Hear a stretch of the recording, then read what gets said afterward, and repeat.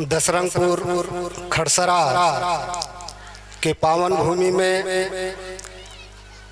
कोया पुनेम गोंडी गाथा के प्रथम दिवस इस गाथा के गाथाकार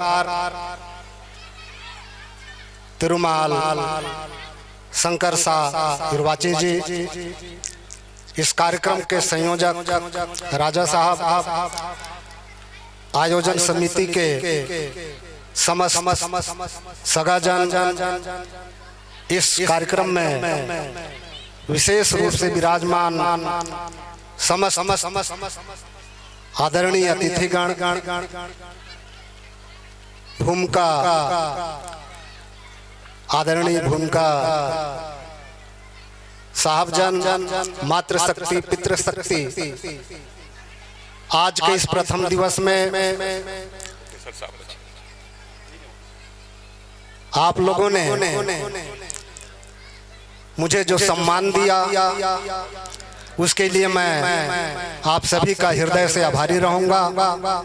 साथ ही प्रथम दिवस पर आज जो गाथा का शुभारंभ हुआ है, ये हमारे लिए बड़े सौभाग्य की बात है और इस आयोजन के माध्यम से सभी गोंडियनों को पूरे इस छत्तीसगढ़ के भूभाग में इस प्रकार की गाथा होना चाहिए, तभी हम जो है अपने जो मूल गोंडियन धर्म संस्कृति पुनेम इसको जान पाएंगे। जैसा कि अभी प्रथम गाथा दिवस पर जिस प्रकार से प्रमाणित रूप से इस भूभाग में भगवान किसको कहा जाता है, कौन नाशवान है, कौन अविनाशी है, इसका विशेष रूप से यहाँ पर उल्लेख प्रारंभ हुआ है। हम सभी गोंडियन भाइयों को, माताओं को, बहनों को, नन्हे मुन्ने बच्चों को, विद्यार्थियों को, शासकीय कर्मचारी, अधिकारी और सभी हमारे गोंडियन भाइयों को जो है इस गाथा का लाभ अधिक से अधिक संख्या में उपस्थित होकर के लेना चाहिए। और जिस प्रकार से अभी जो गाथा का शुभारंभ हुआ है, इससे हमारा इतिहास कितना प्रगाढ़ रहा है, इस प्रगाढ़ का जानकारी के लिए हमारे जो पढ़े लिखे बच्चे हैं और जो समाज को समझने वाले हैं, जैसे कि अभी गाथा के रूप में हमें इंगित किया गया है कि 88 शंभुओं का राज इस पंचखंड धरती पे हुआ है।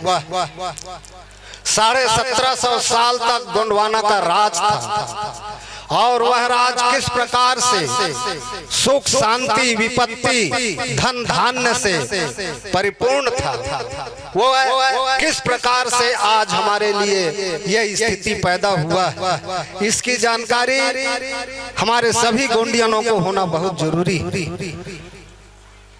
मैं यहाँ पर बहुत हर्षित महसूस कर रहा हूँ कि इस कार्यक्रम के संयोजक राजा साहब स्वयं आकर के सभी अतिथियों का सत्कार किए हैं, हमारे लिए बड़े गौरव की बात है। और मैं इस पल पर राजा साहब से अनुरोध करना चाहूंगा, निवेदन करना चाहूंगा कि कवर्धा जिला के साथ साथ छत्तीसगढ़ के सभी 32 जिलों में गोंडवाना का इस प्रकार की गाथा गांव दर गांव, सेक्टर दर सेक्टर और ब्लॉक दर ब्लॉक होना चाहिए। इसके लिए जो है आपका आशीर्वाद इस मंच के माध्यम से मैं चाहूंगा। और आज के जो मुख्य गाथाकार तिरुमाल शंकर साहब का हृदय से हम आभारी हैं और आपसे निवेदन करते हैं कि आने वाले समय में, चूंकि मैं पंडरिया ब्लॉक का मूल निवासी हूँ, तो एक पंडरिया ब्लॉक में भी इस प्रकार का जो है 7 दिवसीय गाथा का आयोजन हो सके, इसके लिए मैं अपने कर्मचारी साथियों को, अधिकारी साथियों को, हमारे जो मातृ शक्तियां हैं, पितृ शक्तियां हैं, गोंडवाना से जुड़े हुए जो हमारे जुझारू क्रांतिकारी साथी हैं, उनसे मैं सहयोग की अपील करूंगा। और आने वाले समय में पंडरिया ब्लॉक में भी इसी प्रकार का आपका प्रवचन हो, इस प्रकार की गाथा हो, यह मैं प्रयास करूंगा।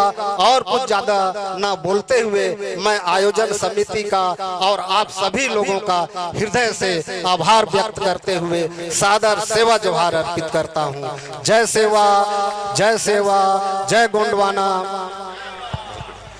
बहुत बहुत धन्यवाद राज साहब। अभी जो है हमको निर्देश मिला है कि सम्माननीय जितने भी हमारे अतिथि हैं, मातृशक्तियां, उनको जो है पीले गमछे सम्मान किया जाना, स्वागत किया जाना है। आदरणीय विजय पोर्ते भैया, आप जो मातृ शक्तियों को ससम्मान यहाँ पर लाएंगे। वहाँ एक हमारी और मातृशक्तियां हैं, सम्मानीय मैडम जी, आप भी आइए। कृष्णा दुर्वे भैया, आपके यहाँ के जो मैडम जी हैं उनको ससम्मान यहाँ पर लाएंगे। विगत जो कथा को लगातार वो जो है पिछले बार श्रवण कर रही थी, और आज प्रथम दिवस से भी आप पहुंची हुई हैं। सम्मान्य मीनाक्षी दुर्वे जी, प्रदेश उपाध्यक्ष छत्तीसगढ़ सर्वहाई समाज, जिला अध्यक्ष मानकुवर धूमकेती जी, जिला गोंड समाज सेवा समिति राजकुमारी दुर्वे जी,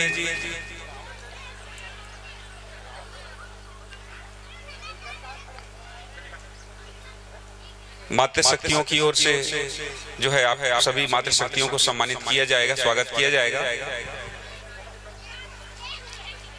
क्योंकि पितृसत्तात्मक अन्य समाज हो सकता है, लेकिन गोंडियन जो संस्कृति है, गोंडियन जो समाज है, वो मातृसत्तात्मक समाज है। मातृशक्तियों का सदैव सम्मान हुआ है, स्वागत हुआ है। इसीलिए गोंडियन जो लिंगानुपात है वो 1000 में 1006 है। मतलब हम जो है भ्रूण हत्या नहीं करते, और हम उन बालिकाओं का जो है ससम्मान जो उनको प्रसव कराते हैं। निस्संदेह ही हम माता रायतार जंगो के उपासक हैं, दाईकली कंकालीन के उपासक हैं।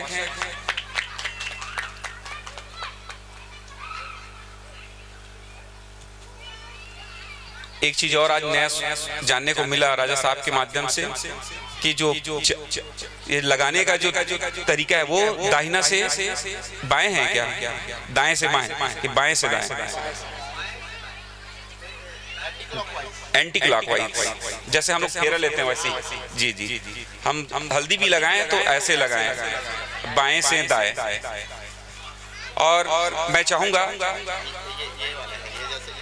जी अच्छा जी जी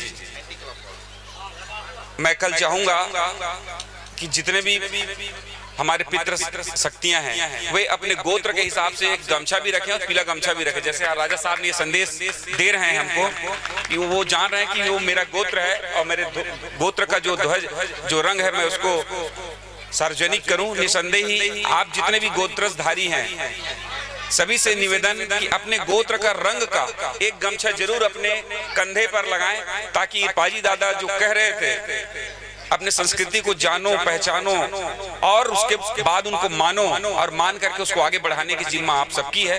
तो निसंदेह ही आप जिस गोत्र के धारी लोग हैं अपने गोत्र का एक गमछा अपने कंधे पर जरूर रखेंगे। जब हम कचारगढ़ गए हुए थे, ये पाची दादा कार्यक्रम भी वहां चल रहा था, तो जब लाइन बनाने की बारी आती थी तो लाइन कैसे बन जाता था, अपने अपने गोत्र के हिसाब से 1 देव वाले, 2 देव, 3 देव, 4 देव, 5 देव, 6 देव, 7 देव वाले अलग अलग लाइन बनाओ। तो उसमें बताना नहीं पड़ता था, सब के सब जो जितने गोत्रधारी हैं सब अपना लाइन लगा लेते थे। तो ये संदेश है।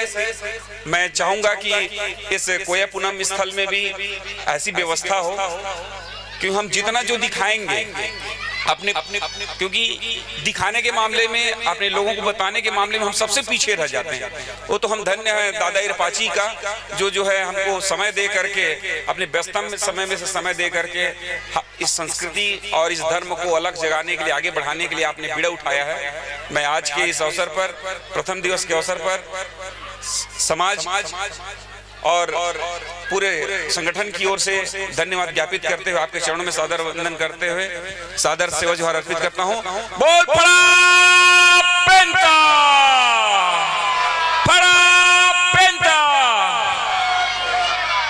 ऐसे मुट्ठी बांध के, शायद ऐसे मुट्ठी बांधा जाता है, ध्यान रख लीजिएगा। दादाजी कहते थे जी जी जी जी, ये ऐसे मुट्ठी बांधने का तरीका ये है, पूरी ताकत इसमें बनती है। ये अंगूठा अंदर, फिर ये 4 उंगली उसको में बंद करता है। तो जब भी आप जय बुलाएं सेवा का, एक बार पुनः फड़ा पेंटा, बुढ़ाल पेंटा, सजोर पेंटा। सेवा सेवा। बहुत बहुत धन्यवाद।